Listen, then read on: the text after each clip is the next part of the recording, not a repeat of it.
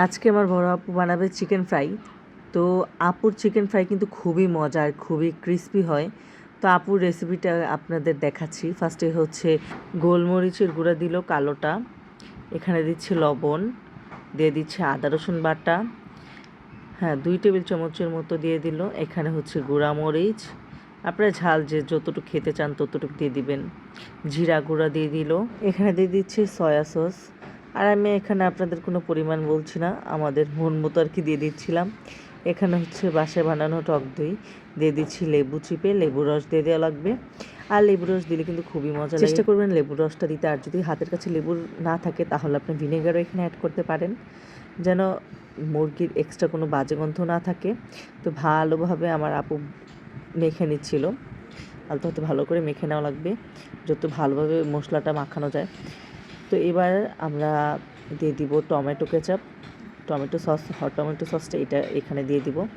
দিয়ে আমরা প্রায় 1 ঘন্টার মতো এটাকে রেস্টে রেখে দেব। রেস্টে রাখার পরে আপনাদের দেখাচ্ছি। এখানে আপু কোটিং করার জন্য মশলা রেডি করবে। এখানে হচ্ছে ময়দা, দিয়ে দিচ্ছে মরিচের গুঁড়া, লবণ, আর এখানে দিয়ে দিচ্ছি গোলমরিচের গুঁড়া, কালোটা দিবেন।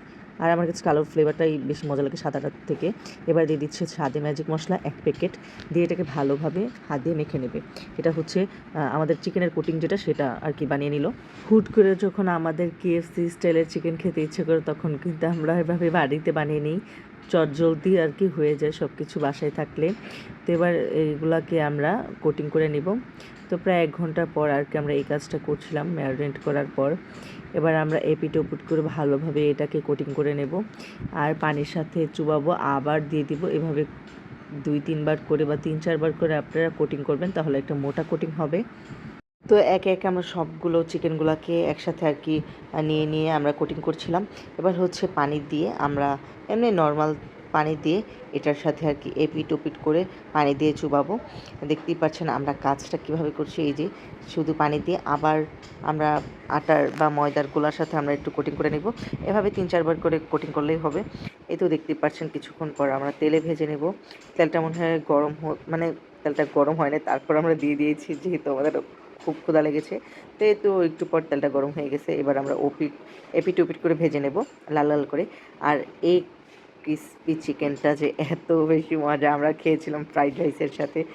গাইস আপনারা অবশ্যই ট্রাই করবেন এই রেসিপিটা। আমরা সবাই তো একদম কাড়াকাড়ি করে খেয়ে নিচ্ছিলাম, যেহেতু ফ্রাইড রাইসের সাথে খাবো।